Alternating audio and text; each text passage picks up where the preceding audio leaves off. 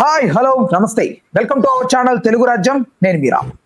BRS బీజేపీలో కలవబోతోంది అని విస్తృతంగా ప్రచారం జరుగుతోంది. అయితే మెయిన్ గా రాజకీయాలకు జ్యోతిష శాస్త్రానికి ఖచ్చితంగా ఒక సత్సంబంధం ఉన్నట్లుగానే చెప్తూ మన ముందుకైతే కశ్యప్ గారు మాట్లాడడానికి అయితే వచ్చారు. అయితే ఆయన అడిగి తెలుసుకుందాం, నిజంగా విలీనమయ్యే అవకాశం ఉందా, జ్యోతిష శాస్త్రం అసలు ఏం చెప్తోందనే మాట.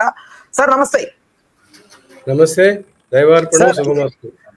Sir thank you so much. ఏంటి సార్ అసలు కలిసే అవకాశం ఉందా, జ్యోతిష శాస్త్రం ఏం చెప్తోంది? జ్యోతిష్ శాస్త్రం ప్రకారం బీఆర్ఎస్ గా తెలంగాణ రాష్ట్ర సమితిగా కేసీఆర్ గారు ఆ పార్టీని ప్రారంభించారు. బీఆర్ఎస్ గా ప్రారంభించి ప్రత్యేక తెలంగాణ కోసం ఆందోళన చేసి రకరకాల ప్రయత్నాలు చేసి ఆయన నిరాహార దీక్ష చేసి ప్రాణం మీదకి తెచ్చుకుని ఆ పరిస్థితుల్లో తెలంగాణ సాధించడం జరిగింది. తెలంగాణ సాధించిన కొత్తలో ఏం జరిగిందంటే, తెలంగాణ ఏర్పడుతున్నప్పుడు తెలంగాణ ఇచ్చింది కాంగ్రెస్ పార్టీ, తెచ్చింది టిఆర్ఎస్ పార్టీ. కనుక మేమిద్దరం కలిసి ఎలక్షన్ లోకి వెళ్తాము, టిఆర్ఎస్ కాంగ్రెస్ కలుస్తాయి, కలిసి కోalition లా ఉంటారు, అధికారం పంచుకుంటారు అనే ప్రచారం అప్పుడు చాలా విస్తృతంగా జరిగింది. కానీ అప్పుడు టిఆర్ఎస్ కాంగ్రెస్ కలుద్దాం అనుకుంటే టిఆర్ఎస్ కాంగ్రెస్ లో కలుస్తుందంటే కాంగ్రెస్ మునిగిపోయింది, 10 సంవత్సరాల పాటు అధికారం కోల్పోయింది. తరువాత కేసీఆర్ గారు తన టిఆర్ఎస్ పార్టీని బీఆర్ఎస్ గా మార్చుకుని నేషనల్ లెవెల్లో కూడా వెళ్ళాలని, దేశకి నేత కేసీఆర్ అని అనిపించుకోవాలని ఆయన జాతకం ప్రకారం గురుదశ వచ్చింది. గురుదశలో ఇంకా ప్రముఖంగా పైకి వెళ్తారు, ప్రైమ్ మినిస్టర్ కూడా అవుతారు ఎవరో చెప్పడం వల్ల ఆయన ఆ ప్రయత్నంలో తన టిఆర్ఎస్ పార్టీని బీఆర్ఎస్ గా మార్చుకుని తెరాసని హతాశగా మార్చి నిరాశపడ్డారు. అది అందరికీ తెలిసిన విషయమే. ఎలా అయితే తెలంగాణ ఇచ్చింది కాంగ్రెస్, తెచ్చింది టిఆర్ఎస్, మేమిద్దరం కలుస్తాం అన్నారు, అప్పుడు కాంగ్రెస్ మునిగిపోయింది.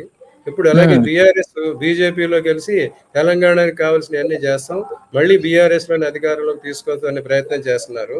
బీఆర్ఎస్ తో పెట్టుకుంటే బీజేపీ కూడా ఇప్పుడు మునిగిపోబోతుంది.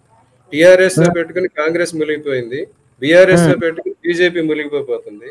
మునిగిపోయే గొడవ మీదకి చేరే అంత అమాయకుడు కాడు కేసీఆర్. ఆయన జాతక ప్రకారం ఆయన స్వతంత్రంగా తనకేం కావాలో తన నక్షత్ర బలం ప్రకారం తన రాశి బలం ప్రకారం ఆయన చేస్తాడు. ఆయనకి ఇదివరకు ఇంటర్వ్యూలో నేను చెప్పాను, ఆయన జీవితకాల సాఫల్యం అయిపోయింది, లైఫ్ టైం అచీవ్మెంట్ అయిపోయింది. బీఆర్ఎస్ గా పార్టీకి అంత అనుకూలత లేదు. ఆ పార్టీ మళ్ళీ తన పరిస్థితులు మార్చుకుని వాళ్ళ పార్టీలో ఎవరికి అనుకూలత ఉంది, గ్రహగతులు ఎవరికి అనుకూలంగా ఉన్నాయి చూసుకుని కుటుంబంలో గాని పార్టీలో గాని ఎవరికి అనుకూలంగా ఉందో ఆ పార్టీ వాళ్ళ నాయకత్వంలోకి పార్టీని చేర్చుకుని వాళ్ళు ప్రయత్నం చేస్తే ఉపయోగం ఉంటుంది. వాళ్ళ కేటీఆర్ కవితల్లో కవిత గారికి ఎక్కువ అవకాశం ఉంది. వారి డీటెయిల్స్ నాకు ఇస్తానన్నారు, ఒక ఆయన ఇంకా రాలేదు. కానీ ప్రచారం ప్రకారం ప్రస్తుత పరిస్థితుల ప్రకారం చూస్తే కవిత గారికి ఎక్కువ అవకాశం ఉన్నది. అందుకోసం టిఆర్ఎస్ తో కలుద్దామని కాంగ్రెస్ మునిగిపోయింది, బీఆర్ఎస్ తో కలుద్దామంటే బీజేపీ కూడా మునిగిపోతుంది.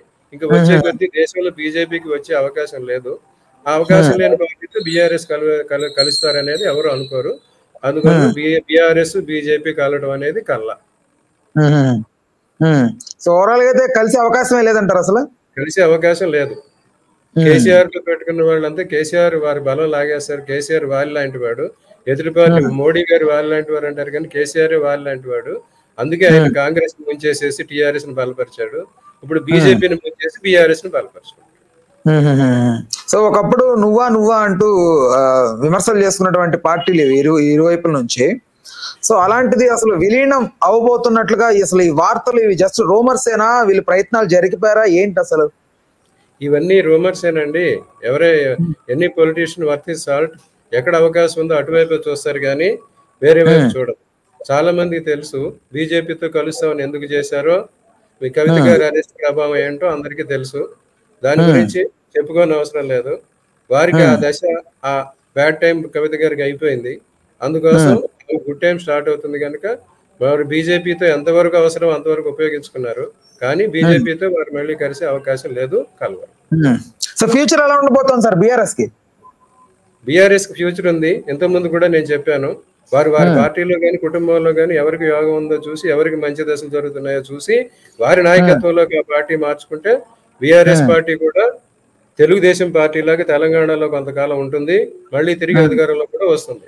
Right, thank you for your time, thanks for information sir. Right, please do subscribe to Telugu Rajyam channel. Please do subscribe to Telugu Rajyam channel.